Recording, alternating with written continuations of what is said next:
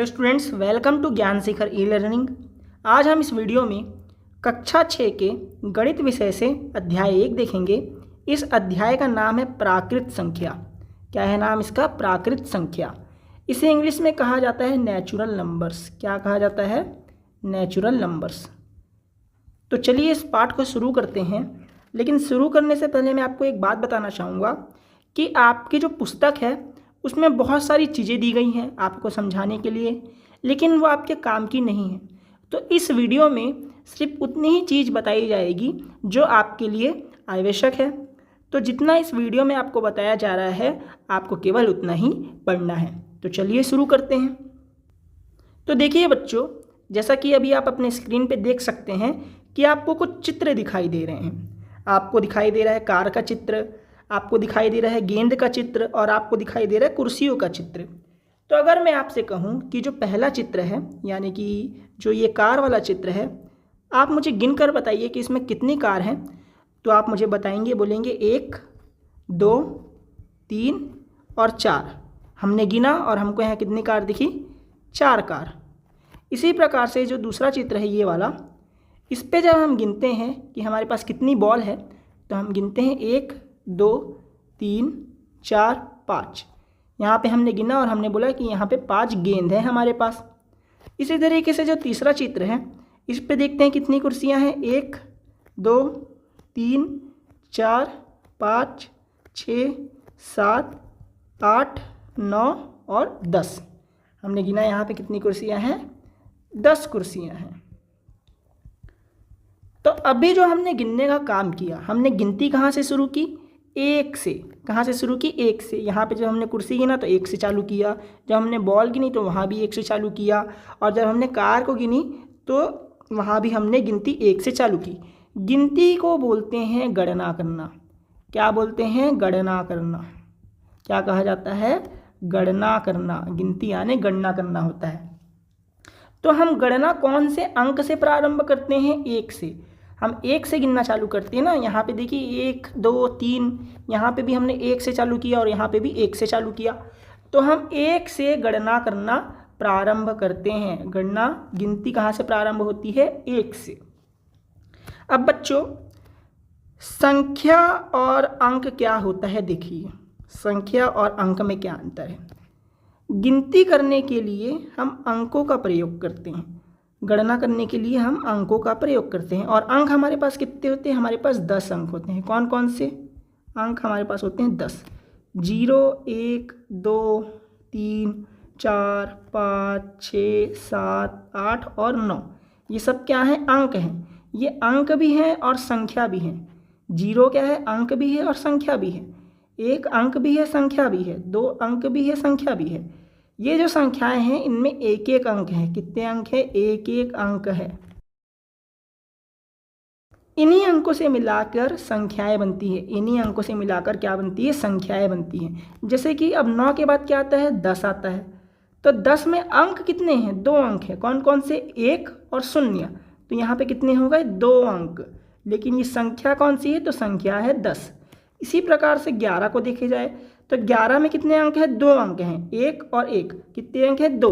लेकिन ये संख्या कौन सी है? 11। ठीक है, 11। क्या है? 11। अगर मैं आपसे इसी तरीके से बोलूं कि 999 में कितने अंक हैं, तो आप बोलेंगे 1, 2 और 3। 2 और 3, हमारे पास कितने अंक हैं? 3 अंक हैं। कितने अंक हैं? 3 अंक हैं। लेकिन ये संख्या कौन सी है? तो संख्या है 999। क्या है? 999। तो इस संख्या और अंक में ये अंतर होता है। तो ये आपको समझ में आ गया होगा। अब जब मैं आपको ये चित्र को गिनने बोल रहा था तो आपने मुझे गिनकर बताया कि यहाँ पे 10 कुर्सी है, यहाँ पे 4 कार है और यहाँ पे 5 गेंद है। तो बच्चों, प्राकृत संख्या क्या होती है? प्राकृत संख्या की परिभाषा देखते हैं कि प्राकृत संख्या क्या होती है। इसको इंग्लिश में कहा जाता है नेचुरल नंबर्स। क्या कहा जाता है? Natural numbers. तो प्राकृत संख्या वह संख्याएं होती है, प्राकृत संख्या वह संख्याएं होती हैं, वह संख्याएं होती हैं जिनका उपयोग गणना करने के लिए किया जाता है, गणना करने के लिए किया जाता है, गणना करने के लिए किया जाता है। क्या होती है प्राकृत संख्या? प्राकृत संख्या वह संख्याएं होती हैं जिनका उपयोग गणना करने के लिए किया जाता है, यानी इनका उपयोग गिनने के लिए किया जाता है। गिनने के लिए, किसके लिए किया जाता है? गिनने के लिए। तो गिनने के लिए हम कौन कौन सी संख्या के उपयोग करते हैं? 1 2 3 4 5 6 7 8 9 10 11 और जितना आप गिन सकते हैं उतना। इसका देखिए, इसका शुरुआत तो है 1 से शुरू होती है। प्राकृत संख्या कहाँ से शुरू होती है? 1 से शुरू होती है। प्राकृत संख्या 1 से शुरू होती है, ये याद रखना है आपको। 1 से शुरू होती है, लेकिन इसका कोई अंत है क्या? इसका कोई अंत नहीं। आप जहाँ तक गिन सकते हैं वहाँ तक ही चली जाती हैं, तो ये अनंत होती है। जिसका कोई अंत नहीं होता उसको बोलते हैं अनंत, और अनंत को इस चिन्ह से दर्शाया जाता है। ठीक है, अब ये तो इतनी सारी संख्या हो गई, तो इतनी सारी संख्याओं के समूह को n से दर्शाया जाता है। प्राकृत संख्याओं के समूह को n से दर्शाया जाता है, याद रखना। n मतलब क्या होता है? Natural numbers. तो प्राकृत संख्या के समूह को n से दर्शाया जाता है। और प्राकृत संख्या शुरू कहाँ से होती है? तो शुरू होती है 1 से। आपको याद रखना, शुरू होती है 1 से।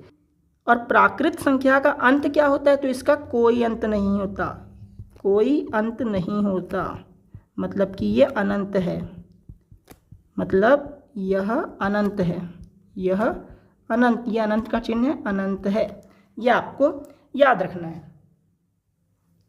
आगे देखिए, यह आपके बुक में कुछ उदाहरण दिए गए थे, इसको देखते हैं। पहले आपको चित्र में दिखाई दे रहा है फूल, तो यहाँ पे कितने फूल है? 1 2 3 4 5, तो यहाँ पे लिखा गया है 5 फूल। इसी तरीके से याद है तो एग्जाम्पल हमने देख लिया था बॉल वाला, यहाँ पे 1 2 3 4 5, 5 गेंद हैं।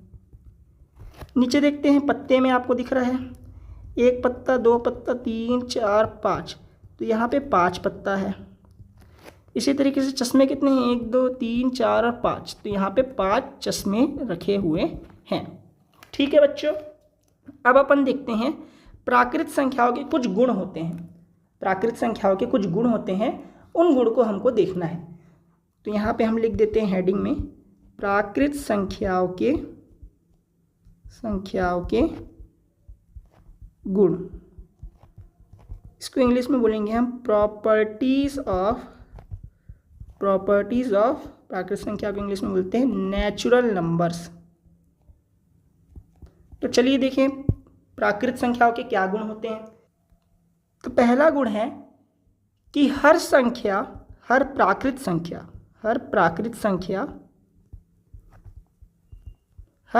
संख्या अपने ठीक पहले की संख्या से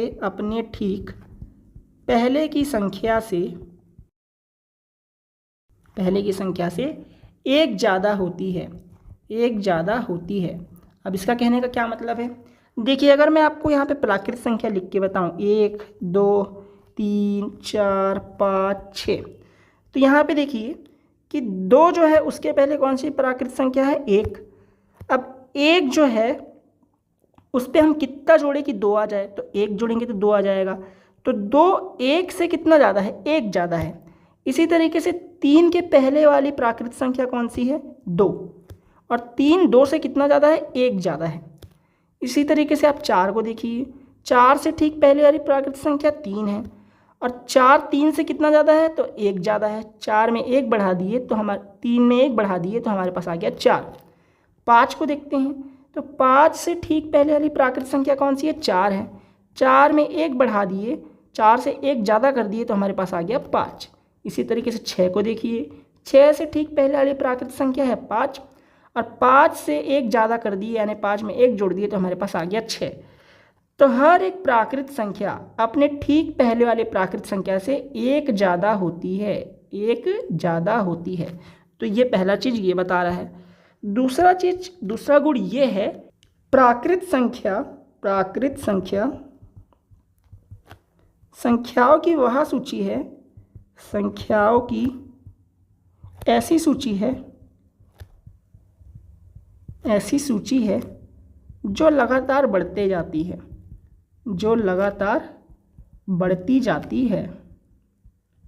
ठीक है, लगातार बढ़ती जाती है मतलब कि प्राकृतिक संख्या को देखिए 1, फिर 2, 3, 4, 5 ऐसा करते करते आप देखेंगे तो ये बढ़ते जाएगा 99, 100 और आगे चले जाओ 1000, 2000, ये ऐसे आपके पास आते जाएगा।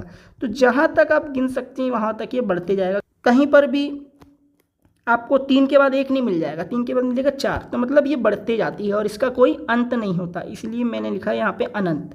तो ये चीज़ आपको याद रखना है, ये 2 गुण होते हैं प्राकृत संख्याओं के। तो बच्चों बस इतना ही आपके पाठ में दिया था। अब मैं एक चीज़ और बता देता हूँ, लेकिन अगर आपसे मैं कहूँ कि आप मेरे को बताइए कि एक अंक की सबसे छोटी प्राकृत संख्या क्या है? सबसे छोटी प्राकृत संख्या क्या है? प्राकृत संख्या बताइए। तो एक अंक की सबसे छोटी प्राकृत संख्या चालू होती है 1 से, फिर जाती है 2, 3, 4, 5, 6, 7, 8, 9, फिर आ जाता है 10। तो यहाँ पे एक अंक की सबसे छोटी संख्या क्या दिख रही है आपको? 1, तो ये हो जाएगा 1। अब मैं बोलूँ एक अंक की सबसे बड़ी प्राकृत संख्या क्या है? सबसे बड़ी प्राकृत संख्या, तो सबसे बड़ी प्राकृत संख्या क्या हो जाएगी? 9, क्योंकि 9 के बाद तो 10 आ गया, यानी 2 अंकों की संख्या आ गई। यहाँ तक कि एक अंकों की संख्या चल रही थी, एक अंकों की संख्या, यहाँ तक सभी संख्याओं में एक अंक थे, यहाँ तक सभी संख्याओं में एक अंक थे, लेकिन यहाँ से हर संख्या में 2 अंक होंगे। ठीक, तो एक अंक की सबसे बड़ी प्राकृत संख्या 9 हो गई। इसी तरीके से 2 अंक की सबसे छोटी प्राकृत संख्या क्या हो जाएगी? सबसे छोटी प्राकृत संख्या, तो वो हो जाएगा 10, क्योंकि 10 ही वह संख्या है जहाँ से 2 अंक वाली प्राकृत संख्या चालू हो रही है। और 2 अंक की सबसे बड़ी प्राकृत संख्या, 2 अंक की सबसे बड़ी प्राकृत संख्या बोलूँ तो मैं सबसे बड़ी प्राकृत संख्या होगी 99, यानी 99। इसी तरीके से 3 अंकों की सबसे छोटी देख लेते हैं। 3 अंकों की सबसे छोटी प्राकृत संख्या होगी 100 और सबसे बड़ी होगी, 3 अंकों की सबसे बड़ी प्राकृत संख्या होगी 999। तो आप जब इसको गौर से देखेंगे तो यहाँ पे एक पैटर्न चल रहा है। पैटर्न क्या चल रहा है? सबसे छोटी प्राकृत संख्या जो है, जैसे 1 अंक की है तो 1, 2 अंक की है तो 1 के बाद 1 जीरो लगा दो, 3 अंक की है तो 1 के बाद 3 जीरो लगा दो, यहाँ पे 3 अंक हो जाएंगे। इसी तरीके से सबसे बड़ी वाली संख्या देखें तो 1 अंक की सबसे बड़ी संख्या 9 है, 2 अंक की सबसे बड़ी संख्या 2 बार 9 लिख दो आप, 2 अंक है तो 2 बार 9 लिख दो। 3 अंक की सबसे बड़ी संख्या 3 बार 9 लिख दो। अब मैं आपसे पूछूं कि 4 अंक की सबसे बड़ी संख्या क्या होगी, तो 4 बार 9 लिख दीजिए। और 4 अंक की सबसे छोटी बोलूँगा तो आप 1 के बाद 3 जीरो लगा दो।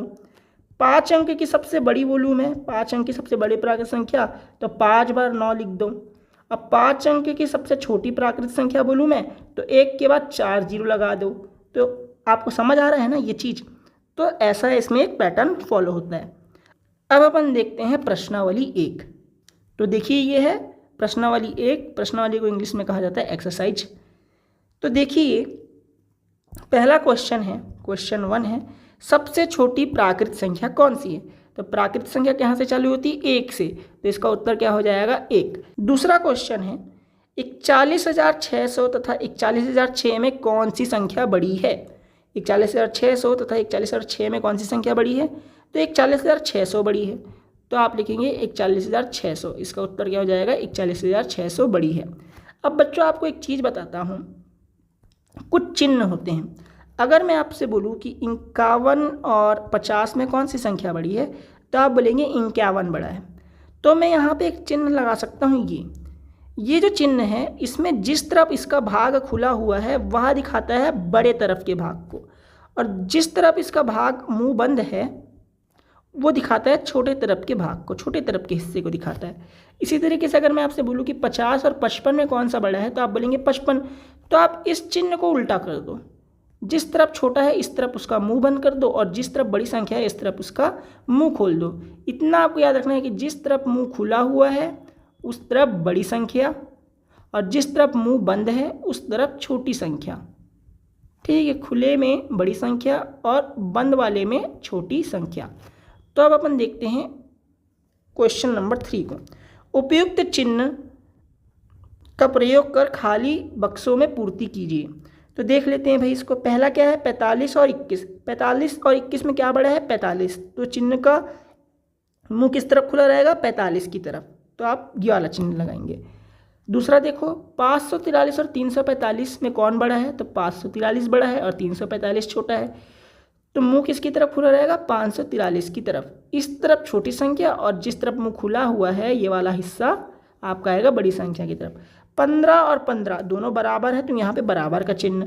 5304 और 5340 कौन सा बड़ा है, 5340, तो यहाँ पे आपको छोटी संख्या की तरफ चिन्ह का मुंह बंद रखना है।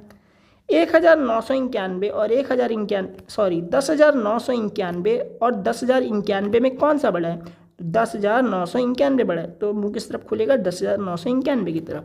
99,876 और 99,786, इसमें 99,876 बड़ा है, तो मुंह खुलेगा 99,876 की तरफ। अब अपन देखते हैं प्रश्न 4। प्रश्न 4 में कहा जा रहा है कि 1 से 100 के बीच संख्याएं लिखने के लिए कितने बार 9 का प्रयोग करना पड़ता है। मतलब कि बच्चों देखो यहाँ पे आपसे कहा जा रहा है कि अगर आप 1 से 100 तक की संख्या लिखते हैं तो 1 से 100 तक की संख्या लिखने के बीच कितने बार 9 अंक आएगा, 9 अंक आएगा। तो चलिए देखते हैं। 1 से 10 तक जब अपन संख्या लिखते हैं तो एक बार 9 आता है, एक बार 9 आता है ना, 1 2 3 4 5 6 7 8 9 और 10, तो एक बार 9 आया। इसी तरीके से 11 से 20 तक के अंक लिखेंगे, संख्या लिखेंगे सॉरी, तो हमारे पास फिर एक बार आएगा। 21 से 30 तक लिखेंगे तो फिर एक बार आएगा। 31 से 40 तक के भी संख्या लिखेंगे तो फिर एक बार 9 आएगा। यहाँ पे कहाँ पे आएगा, 9 पे आएगा। यहाँ पे 19 में आ रहा है, यहाँ पे 29 में आ रहा है, यहाँ पे 39 में आ रहा है। फिर हम लिखेंगे 41 से लेकर 50 तक, तो यहाँ पे एक बार और आएगा। यहाँ पे एक लिखना था सॉरी, यहाँ पे आएगा एक बार आ रहा है ना।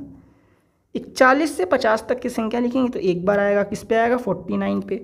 फिर 51 से लेके 60 तक लिखेंगे तो फिर एक बार आएगा, कहाँ पे आएगा, 59 पे। फिर 61 से लेके 70 तक लिखेंगे तो फिर एक बार आएगा, 69 पे। 71 से लेके 80 तक लिखेंगे तो फिर एक बार आएगा, कहाँ पे, 79 पे। 81 से लेके 90 तक लिखेंगे तो 2 बार आएगा। कितने बार आएगा, 2 बार। कैसे 2 बार आएगा, एक बार आएगा 89 पे और एक बार आएगा 90 पे, एक बार इधर और एक बार इधर। फिर आप 91 से 100 तक जब लिखते हैं, यहाँ पे देखिए 91 92 93 94 95 96 97 98 99, 1 2 3 4 5 6 7 8 9 10 बार आया। कितने बार आया, 10 बार। तब अपन गिन लेते हैं कि टोटल कितने बार आया रहा है। तो देखिए 1 और 1 होता है 2, 2 और 1 3, 3 और 1 4, 4 और 1 5, 5 1 6, 6 1 7, 7 और 1 8, 8 और 2 10, 10 और 10 20, तो 20 बार। 1 से 100 तक की संख्या लिखने के लिए हमको 20 बार 9 अंक का प्रयोग करना पड़ेगा। तो इसका उत्तर हो जाएगा 20 बार। देखिए अब क्या है देखिए अब पांचवा प्रश्न क्या है। 4 अंकों की सबसे बड़ी प्राकृत संख्या तथा 3 अंकों की सबसे छोटी प्राकृत संख्या के बीच का अंतर निकालिए।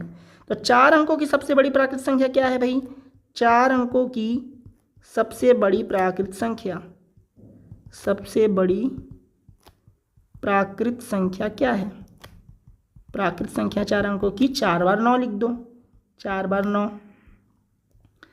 3 अंकों की सबसे छोटी प्राकृत संख्या, 3 अंकों की सबसे छोटी प्राकृत संख्या, 3 अंकों की सबसे छोटी प्राकृत संख्या क्या होगी, 1 के बाद 2 बार 0 लगा दो। 3 अंक हो गए ना, 1 2 और 3। अब आपको क्या करना है, 9,999 में से 100 को घटा दो। तो 9 में 0 गया 9 बचा, 9 में 0 गया 9 बचा, 9 में 1 गया 8 बचा, और 9 का 9 यहाँ पे एज इट इज़ लिख दो। तो इसका उत्तर क्या हो जाएगा, 9,899। इसका उत्तर क्या हो गया, 9,899। तो ये हो गया बच्चों इसका आंसर। उम्मीद है कि आप सभी को अच्छे से समझ आया होगा कि प्राकृत संख्या क्या होती है। प्राकृत संख्या देख लीजिए एक बार। प्राकृत संख्या वे संख्याएं हैं जिनका उपयोग गणना के लिए किया जाता है। अब प्राकृत संख्या में 0 नहीं आता है, ये याद रखना है कि 0 नहीं आता, ठीक है। 0 का उपयोग नहीं करते हैं, 1 से चालू होती है, 0 से चालू नहीं होती, 1 से चालू होती है। गिनने के लिए कभी 0 का उपयोग किए हो क्या, नहीं ना। तो प्राकृत संख्या 1 से शुरू होती है। अब अपन एक बार देख लेते हैं कि हमने क्या क्या पढ़ा। हमने सबसे पहले गिना, हमने जाना कि संख्या क्या होती है, अंक क्या होते हैं। फिर हमने देखा कि प्राकृत संख्या क्या होती है। प्राकृत संख्या वो संख्याएं होती है जिनका उपयोग गिनने के लिए किया जाता है। इसको इंग्लिश में बोला जाता है नेचुरल नंबर्स, और इसको प्राकृत संख्या को n से दिखाते हैं। ठीक है, प्राकृत संख्या का कोई अंत नहीं होता, मतलब ये अनंत है, और प्राकृत संख्या 1 से शुरू होती है। ठीक है, फिर हमने देखा कि प्राकृत संख्याओं के गुण देखे, प्रॉपर्टीज ऑफ नेचुरल नंबर। हर प्राकृत संख्या अपने ठीक पहले की संख्या से 1 ज़्यादा होती है, और प्राकृत संख्या संख्याओं की ऐसी सूची है जो लगातार बढ़ती जाती है, मतलब आगे ये कम नहीं होगी, आगे ये बढ़ती जाएगी, अपने पहले वाले से बढ़ती ही जाएगी। फिर हमने देखा कि 1 अंक की सबसे छोटी प्राकृत संख्या, 1 अंक की सबसे बड़ी प्राकृत संख्या, 2 अंक की सबसे छोटी प्राकृत संख्या, 2 अंक की सबसे बड़ी प्राकृत संख्या, ऐसी 3 अंक की छोटी संख्या देखी और 3 अंक की सबसे बड़ी प्राकृत संख्या देखी। इसी तरीके से 4 और 5 अंक की बड़ी प्राकृत संख्या और छोटी प्राकृत संख्या देखी। फिर हमने प्रश्नावली 1 को सॉल्व किया, प्रश्नावली 1 को हल किया हमने, जो आपकी पुस्तक में दिया गया है। अब आप लोग के लिए एक होमवर्क है कि आप मेरे को बताइएगा कमेंट सेक्शन में कि 5 अंकों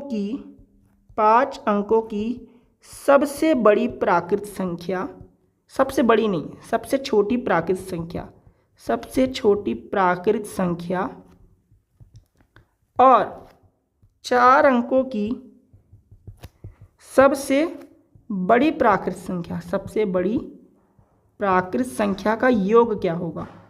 इन दोनों को जोड़ेंगे तो वो क्या आएगा, ये आपको कमेंट सेक्शन में बताना है। ये आपका होमवर्क है। तो चलिए अब अपन मिलेंगे अगले वीडियो में अगले पार्ट के साथ।